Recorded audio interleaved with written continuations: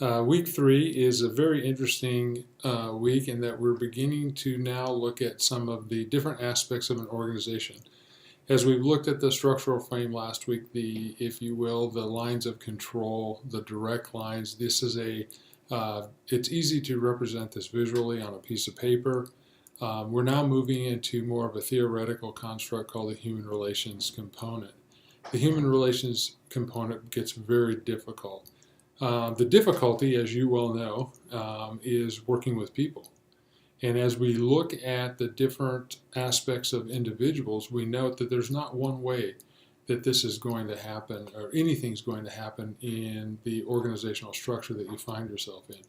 For as many people are in an organization, that's as many ways as it can be done. Some of the biggest challenges that we face as an organizational leader is to how to manage the individuals that we have. We often say that the individuals within the organization are the greatest asset that we have. But when left unattended, and particularly left unmanaged or understood or misunderstood, it's very difficult to find a way forward. Oftentimes you'll hear people say this is a great place to work except for the people. But yet, as we unpack that statement, we realize that the people are the organization. So how do we understand the human relations frame? What are important components that we need to take away? What are the translations that we need to make from Bowman and Deal about the human relations frame that can help us as professional leaders in the private sector?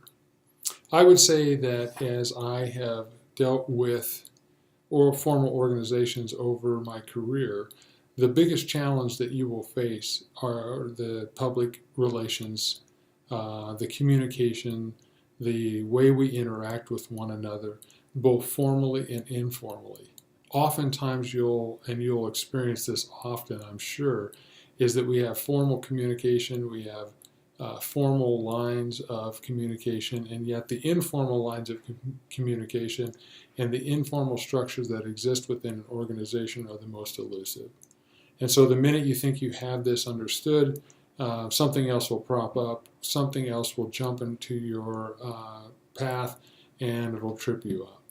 The human relations frame is a very important frame because it will help us understand organizations through the lens of different people that we interact with on a daily basis. It's important that you're able to understand this, and as we look at some of the literature that we're going to read this week, we're going to begin to see some of the things that are important through the eyes of many of these early writers that have given us some insight into the human relations component. It's critical that you understand this as you move forward as a professional in the private educational system, because if you don't understand this, will be one of the biggest ways to get tripped up. Also, as we move into the activities and assignments, we will give you this week for the first time to translate some of the articles that you've chosen to read. Pick an article, translate it into your context. It will help you understand some of the difficulty of making these translational pieces.